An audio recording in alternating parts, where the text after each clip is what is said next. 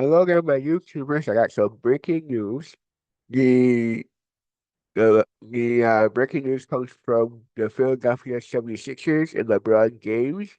LeBron James has decided he's going to play for the Philadelphia 76ers for 2 years for $8 million and something dollars. I'm going to kick it to ESPN and let you hear what the breakdown was.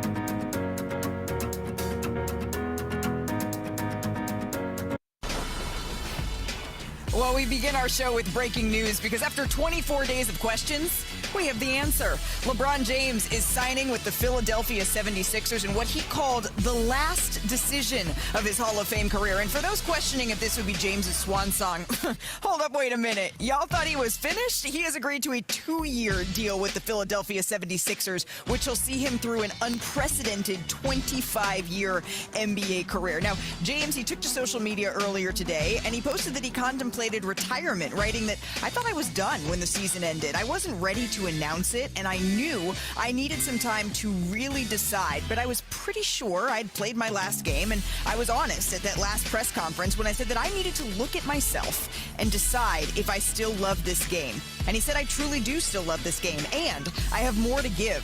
The last few weeks, they've been really special. I've never," he wrote, "been able to have no clue what to do and take real time to just think. And I've had an incredible few months with all of the people I love trying to figure it all out. This," and this is noteworthy, he says, "is my last decision." He says, "I'm not going for money. I'm not going for family. What am I really playing for at this point? I still want to sacrifice. I still want to work. I still want to grind. I still want to compete, to win, and to have a chance at feeling of winning another championship." Now, "I believe," he wrote, "that I can help make Philadelphia a championship team, and I'm so excited to energize a new fan base and start this incredible journey one last time. Thank you, LA. Miami, I'll love you forever. Northeast Ohio will always be home." Our senior insider, Shams Charania, joins us now after breaking this story earlier today. And Shams, we just heard a little bit of James in his own words on what his motivation was to join the Philadelphia 76ers. But behind the scenes, peeling back the curtain a little bit, what was this process like and how did he land on Philly? Malika, LeBron James literally put the money where his mouth is, right? Because early in the process, it was very apparent that he wanted to decide on a team where he found happiness, a chance to win a championship and compete at a high level, that this was not going to be a money-driven decision, which is what I told you back at Wimbledon about 25 days ago. And literally, he signs for the veteran minimum contract, the lowest amount that he can go for, 2 years, $8 million with a player option for that potential 25th historic season. And this is weeks of a recruitment by the 76ers. Tyrese Maxey, Joel Embiid, both recruited him. Jaylen Brown also communicated virtually with his agent, Rich Paul, as well in the last several weeks to try to see if they can get on the same page. But we know Bob Myers, 10 years ago, got Kevin Durant's commitment. Now, 10 years later, gets LeBron James's commitment. Mike Gansey, their new president of basketball operations, he played with LeBron James, against LeBron James back in high school. So that relationship goes deep. He was also an executive with the Cavaliers. But the last hurdle, I'm told, Malika, this week for LeBron James was getting the family on board. His wife, Savannah, his daughter, Zuri, Bronny, and Bryce, his 2 young sons, now he's going to be playing on the East Coast. This is a complete family change for them. Over the last 8 years, he's been playing in LA. Now he's going to be on the East Coast. So getting them all in one vicinity was very important. This week, he was able to spend in Los Angeles with his family after getting, he's been doing the Cavaliers reunion trip. He was in New York for events. Yeah. He was in Puerto Rico hanging out with Draymond Green. And so he's able to get his family on board and decides to sign with the Sixers. Yeah, it's not quite as poetic to be next to Richard Jefferson making that decision. It's much better to be able to be with your family and really be able to decide and discuss, and that is what LeBron James has done. Shams, thank you for that insight. We're going to be checking back in with you a little bit later here in the show. I want to welcome in Brian Windhorst and Kendrick Perkins as well here. And there's something poetic, gentlemen, maybe about waiting 24 days, 24 years to sign this. I'm not sure whether or not that was his intention, but Brian, we have been waiting for this for quite some time. When it finally came through, sir, your reaction was what? Well, it was a surprising decision, but it was a simple decision. And he gave us all the information we really need in his statement. First off, he named his final three. He didn't phrase it that way, but he made a comment to Cleveland and made a comment to Miami and chose Philly. So I think we can say with confidence that those were his final three.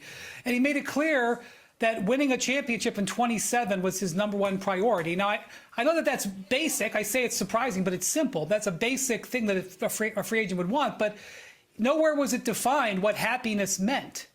And he also said that home wasn't a priority. So if winning is a priority and home is not a priority, you can kind of see how he got to Philadelphia. And I think one of the important things here is this is obviously going to be a difficult transition, not only going coast to coast.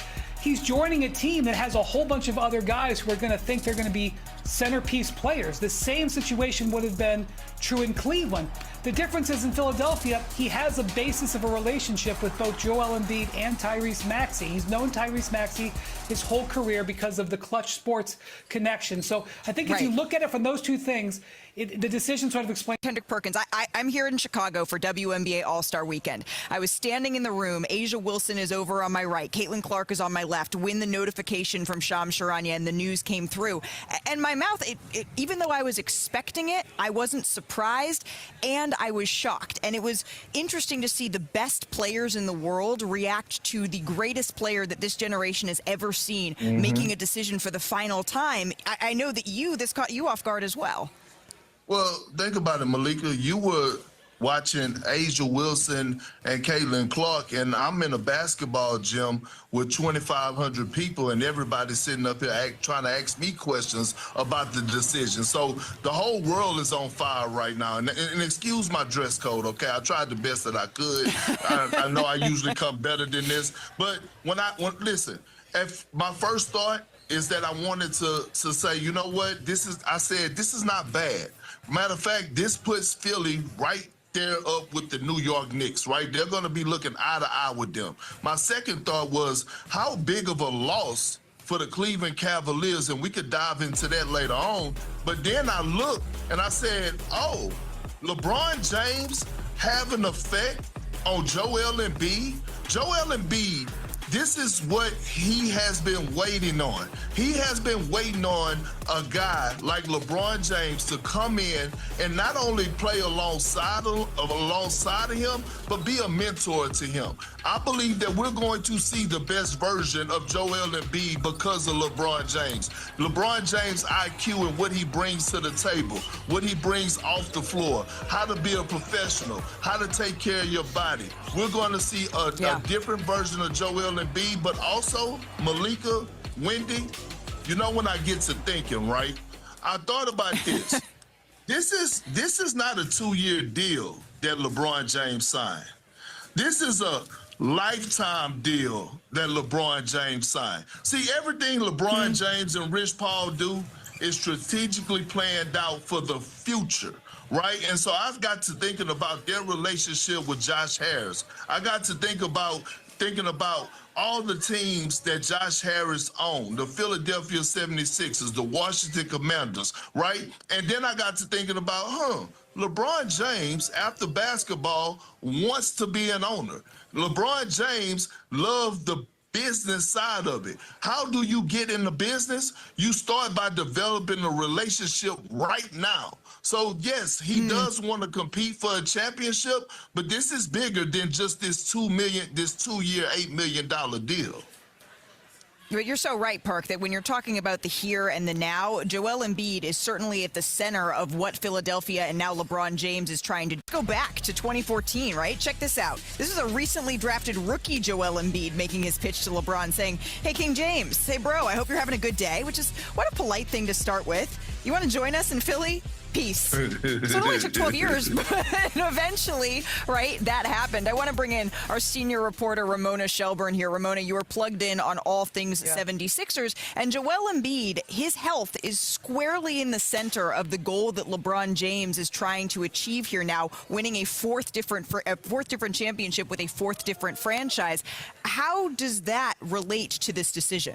Well, I think there's a lot of pressure now on Joel Embiid. There always has been pressure, but Tyrese Maxey became the face of this franchise last year. He took a jump forward that's been a while coming, and this is his team now. Joel Embiid is there, and he makes a lot of money, and when he is right, when he's the best version of himself, he is a difference maker. But we didn't see that Joel Embiid for a lot of this season, and when we finally did see him, that helped them beat the Boston Celtics. But I think part of the reason why LeBron James wasn't just an automatic yes here is he had to have a lot of conversations with Joel Embiid, trying to understand what version of him he was going to get.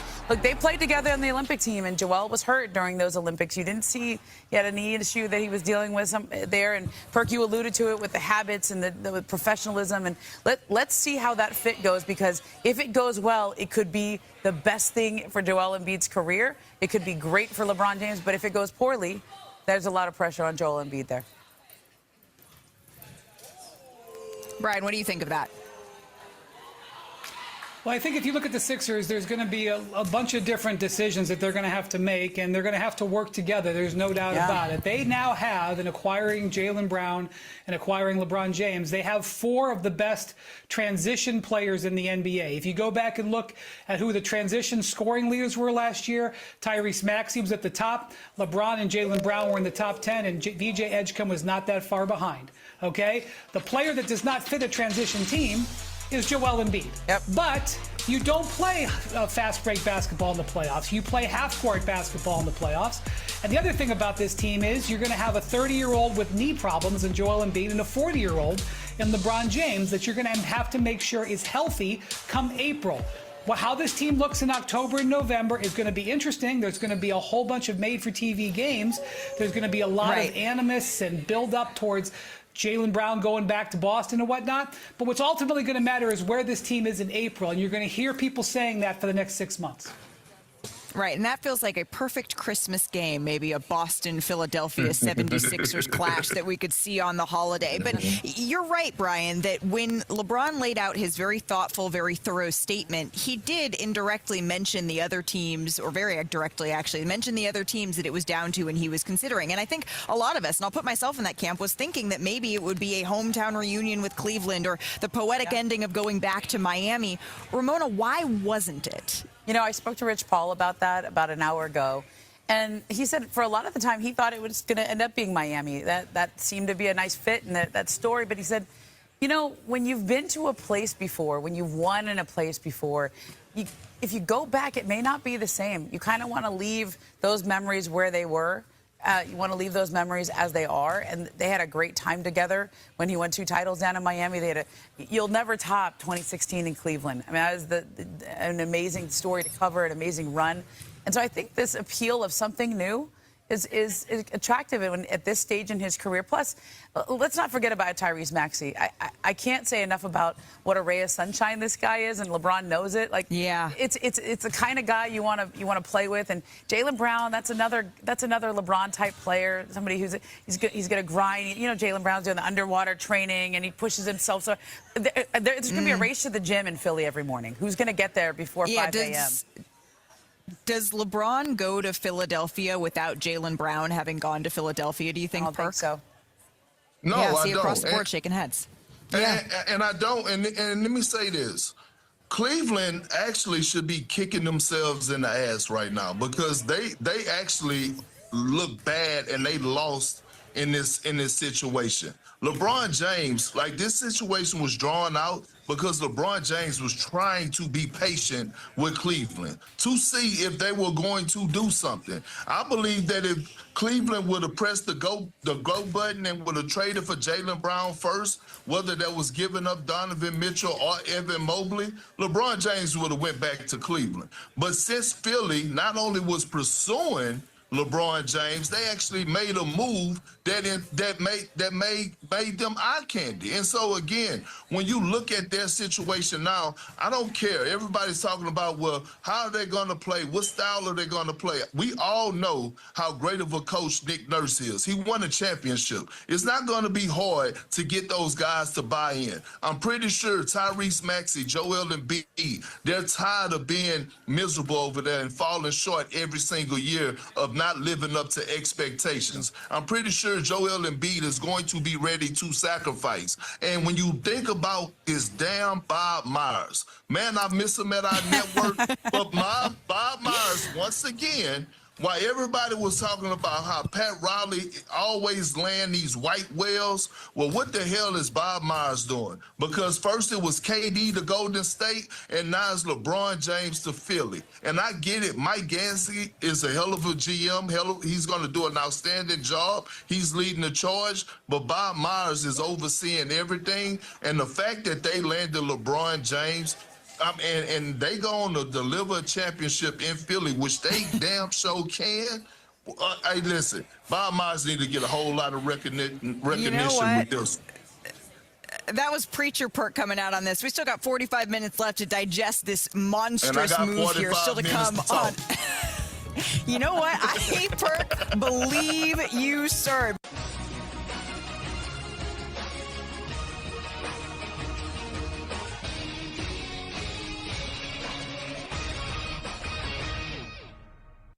Imagine being able to build an app with your name on it, just by thinking about it. Meet Base 44, a complete AI creation platform. Describe what you want, and watch it take shape. You can plan, customize, and expand in any direction. From tools built for one, to platforms ready for many. From passion projects to enterprise-grade systems. Everything is built in and ready to launch. It's a new world of creativity.